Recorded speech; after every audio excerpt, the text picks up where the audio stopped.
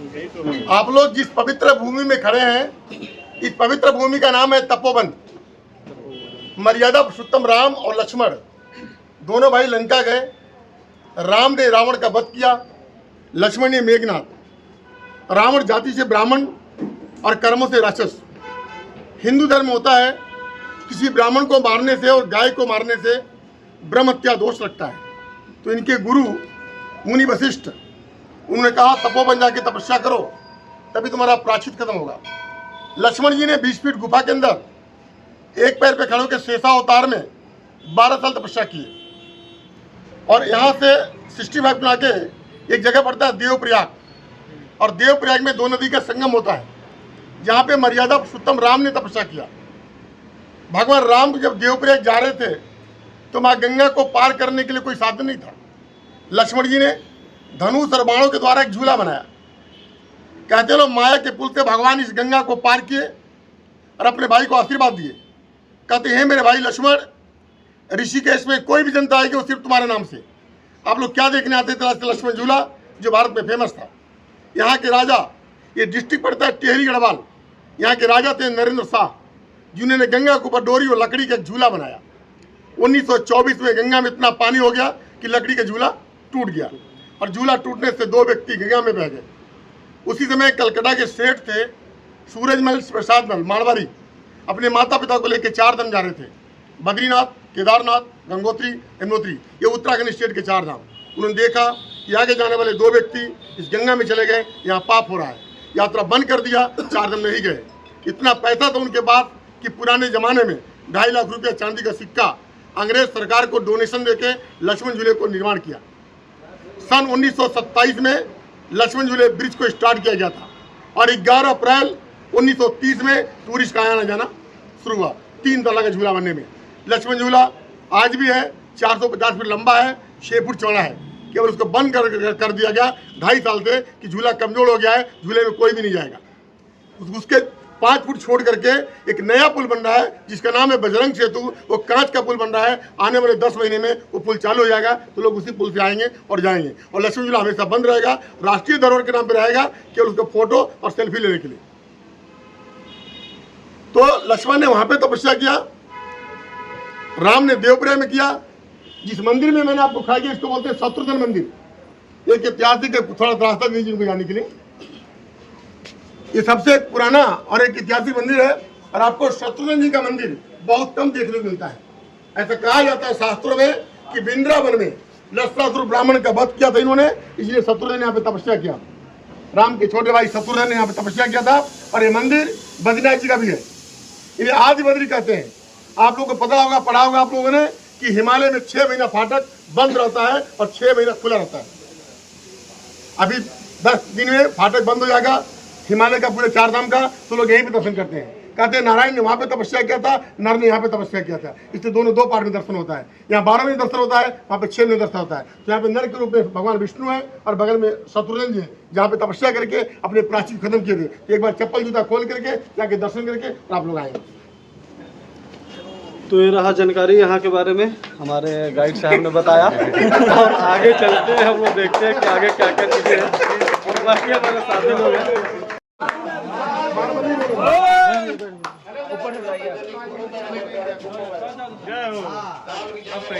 आप लोग जिस जगह पे आए हो इस जगह को बोलते हैं लोग स्वर्गाश्रम। स्वर्गाश्रम मैंने आपके साथ कोई मजाक नहीं किया। प्राचीन काल में 5 पांडव इसी पवित्र भूमि में विश्राम किए थे, और विश्राम करने के बाद पांडव जब यहाँ से हिमालय गए उनकी स्वर्ग की प्राप्ति हुई थी। इस जगह को स्वर्गाश्रम कहते हैं। स्वर्गाश्रम में ऋषि मुनियों का दर्शन होता है, और पांडव द्वारा इस मंदिर की स्थापना किया गया। इसको कहते हैं second Rameswaram. First Rameswaram south में है, जहाँ पे स्फटिक शिवलिंग है, और सेकंड रामेश्वरम में ब्लैक स्टोन है, जिसको हम लोग कहते हैं अपने भाषा में कसौटी पत्थर। जिस पत्थर से गोल्ड को परखा जाता है कि सोना है क्या नहीं है, तो हम लोग ब्लैक स्टोन कसौटी पत्थर का बना हुआ है। तो आप लोग सेकंड रामेश्वरम को दर्शन करेंगे अंदर जाकर के। ये पूरा पीछे पहाड़ देख रहे हैं ना, ये पूरे पहाड़ को बोलते हैं लोग मणिकूट पर्वत। लोग इसको मणिकूट क्यों बोलते हैं? प्राचीन काल में इन पहाड़ों से मणियां निकलती थी। जो इच्छाधारी नाग होते हैं ना, जिनके माथा से डायमंड ऐसा निकलता है, इसे इसको बोलते हैं मणिकूट पर्वत। ये पहाड़ को जो लोग पार करते हैं वो दूसरा पहाड़ी है नीलकंठ पर्वत। साउथ में एक नाग था, उस नाग का नाम था वासुकी नाग। देवता और राक्षस दोनों मिलकर समुद्र मंथन किए। समुद्र से जो 14 रत्न पाया गया, जिसमें अमृत और पॉइजन था। जब अमृत निकला तो 4 जगह देवता और राक्षस की लड़ाई में 4 जगह गिरा। महाराष्ट्र में नासिक, MP के अंदर उज्जैन, उत्तर प्रदेश में इलाहाबाद, उत्तराखंड में हरिद्वार। ये वो पवित्र जगह है जहाँ कुंभ मेला लगता है। और भगवान शंकर ने जब उस जहर को पान किया तो उनका कंठ पूरा नीला हो गया। इसलिए यहाँ से 26 किलोमीटर है, इसको बोलते हैं नीलकंठ पर्वत। जिनके पास समय होता है 4 घंटा लगता है जाना, वो लोग जाके शिवलिंग को दर्शन करते हैं। मात्र इतना शिवलिंग है जो स्वयं जमीन से निकला है। इन दोनों पहाड़ी को पार करेंगे। तीसरा पहाड़ पड़ता है रुद्रप्रयाग। रुद्रप्रयाग भारत में क्यों फेमस है? यहाँ पे देखिए सामने जो भैया समझा रहा है ना, इसके पीछे एक पेड़ दिख रहा है, रुद्राक्ष का पेड़ है। ये 3 मुखी रुद्राक्ष का पेड़ है। तो जो दूसरा पहाड़ी है नीलकंठ है, तीसरा पहाड़ी है रुद्रप्रयाग। भारत में रुद्रप्रयाग इसलिए फेमस है, उन पहाड़ों पे 50 से 60 हजार रुद्राक्ष का पेड़ है। 1 से लेकर के 14 मुखी रुद्राक्ष इन पहाड़ों से मिलता है। लेकिन 1 मुखी रुद्राक्ष भारत में कहीं भी जाएंगे ओरिजिनल नहीं मिलेगा। जो लोग बेच रहे हैं ऐसे काजू की शेप में डुप्लीकेट, 99% आपको डुप्लीकेट मिलता है। 1 रुद्राक्ष 12 साल में एक पेड़ पे एक जाता है रुद्राक्ष, 1 मुखी, जो केवल रुद्रप्रयाग में मिलता है। और कहते हैं कुछ लोगों को मिला, जैसे बालाजी ठाकरे को मिला, शंकराचार्य को मिला, नेपाल के राजा को मिला, प्राइम मिनिस्टर इंदिरा गांधी को मिला। ऐसे गिने चुने लोगों के तक 1 मुखी रुद्राक्ष किया। लेकिन 1 मुखी रुद्राक्ष आपको नहीं मिलेगा। जहां भी लोग बेचते हैं सब डुप्लीकेट है। केवल 2 से 14 मुखी रुद्राक्ष मिलता है। कहते हैं 5 मुखी रुद्राक्ष हिंदुस्तान में हर जगह रियल मिलेगा।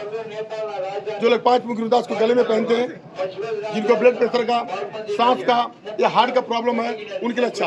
तांबा के एक बर्तन लीजिए और 500 ग्राम उसमें पानी डाल दीजिए और रात भर रुद्राक्ष का माला अंदर रख दीजिए। सुबह खाली पेट उठ करके बिना ब्रश किए रुद्राक्ष के जल पिएंगे तो ब्लड प्रेशर वालों के लिए, सांस वालों के लिए, हार्ट वालों के लिए रामबाण है। आयुर्वेदिक में जितना छोटा होता है उसका प्राइस और उसका पावर ज्यादा होता है। जितना बड़ा होगा उसका प्राइस और उसका पावर उतना कम है। 2 से 14 मुखी रुद्राक्ष अवेलेबल है। लेकिन 295 किलोमीटर हिमालय जाएंगे, बद्रीनाथ, हजारों वर्षों तक वहाँ पे बर्फ पड़ता है। 80% बर्फ गंगा में पानी बन जाता है। 20% बर्फ जम जाता है जो स्टोन बन जाता है। इंग्लिश में उसको लोग क्रिस्टल बोलते हैं, हिंदी में स्फटिक बोलते हैं। मर्यादा पुरुषोत्तम राम ने श्वेत मंदिर रामेश्वरम में एक स्फटिक शिवलिंग की स्थापना किया। ऐसा कहते हैं 84 रत्नों में सबसे पवित्र स्फटिक है और पूरी दुनिया में उसका कलर है सफेद, और सफेद रंग शांति का प्रतीक है। स्फटिक जो लोग पहन के रखते हैं कंसंट्रेशन के लिए, पीस ऑफ माइंड के लिए। जो लोग बहुत गुस्सा करते हैं स्फटिक उनको शांत करता है। आपने देखा होगा टीवी के माध्यम से या गूगल के माध्यम से जो हम लोग घर बनाते हैं, हमारे माता पिता ने जो घर बनाया, हम लोग को नहीं मालूम कि हमारा बेडरूम कहाँ होना चाहिए, हमारा किचन कहाँ होना चाहिए। अरे प्रॉपर तरीके से नहीं बना है तो इसके वास्तु दोष बोलते हैं और वास्तु के कारण प्रॉब्लम आता है। तो स्फटिक का बोलते हैं श्रीयंत्र, श्री चक्र, जिसके ऊपर जगत गुरु शंकराचार्य जोशीमठ रिसर्च किया। स्फटिक के श्रीयंत्र को घर में पूजा में रखें लाल कपड़े पे तो वास्तु दोष को दूर करता है। आप जाने कहते हैं कि असली है कि नहीं है, 9 से लोग बेच रहे हैं लोग। उत्तराखंड गवर्नमेंट ने लैब द्वारा टेस्ट किया, 2 को आपस में पकड़ के रब करेंगे तो स्पार्क होगा, रियल होगा। तो कांच का होगा, प्लास्टिक होगा तो स्पार्क नहीं होगा। तो यहाँ के जो मुख्य चीज है, एक तो रियल रुद्राक्ष और स्फटिक और श्री चक्रा वास्तु दोष के लिए, जो उसको रब करेंगे तो रियल होने से इसको फायर होगा। वो आपको यहाँ पे देखने मिलता है। और 9 ग्रह और सबसे पहले मंदिर दर्शन करेंगे रामेश्वर मंदिर, फिर 1 मुखी रुद्राक्ष। आप ऐसे मौके पे आए हैं कि आपको कपाट बंद होने जा रहा है बद्री केदारनाथ का, 10 दिन और आ गया तो 1 मुखी रुद्राक्ष का दर्शन होगा। आप उसके लिए 10 लाख देंगे, बिक्री नहीं होगा, नॉट फॉर सेल। तो पहले एक बार दर्शन करो रामेश्वर मंदिर का, फिर जाएंगे देखने। मेरा हमारे टूर गाइड द्वारा महत्वपूर्ण बातें अभी हम लोग देवभूमि उत्तराखंड के योग भूमि ऋषिकेश में कुछ बातें टूर गाइड द्वारा कंप्लीट हुआ और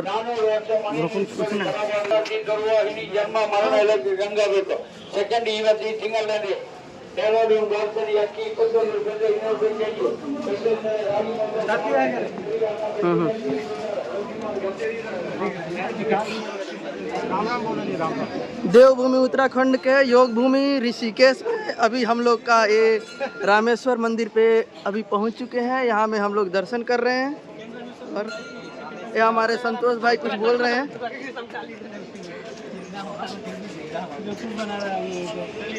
ठीक है, इसे सेकेंड रामेश्वर बोलते हैं जो कि ऋषिकेश में है।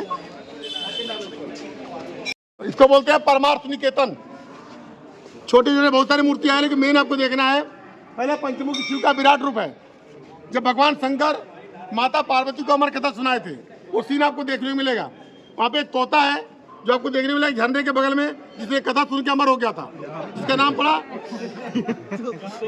तोते अलग अलग, जिसका नाम पड़ा सुखदेव जी, जो ऋषि व्यास का पुत्र कहलाता है। सुखदेव जी का भी दर्शन करो, बगल में कृष्ण का विराट रूप है और माता सरस्वती है। तीनों इधर दर्शन करके इधर आ जाओ। चप्पल निकाल के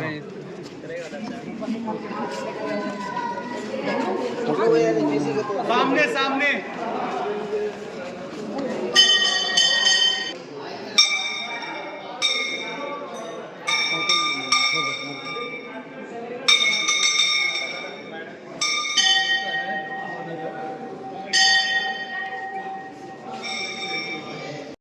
एक्चुअली हम लोग अभी ऋषिकेश आए हैं, हमारे साथ में एक टूर गाइड है, उनके बारे में सिर्फ हम लोग एक इंट्रोडक्शन लेंगे, फिर ये बताएंगे हम लोग आज कहाँ कहाँ घुमाएं। सर आप अपना इंट्रोडक्शन और थोड़ा। मेरा नाम है कमल सिंह, मैं गढ़वाल मंडल का टूरिस्ट गाइड हूँ और यहाँ के बारे में ऋषियों के बारे में हम लोग लगभग सारी साल से काम करते हैं। और आज आपको जो हमने दर्शन कराया, सबसे फर्स्ट दर्शन मैंने कराया आपको शत्रुघ्न मंदिर, जो कि ऐसा कहा जाता है कि भगवान राम का मंदिर आपको बहुत मिलेगा देखने को, लेकिन शत्रुघ्न मंदिर आपको बहुत कम देखने मिलता है।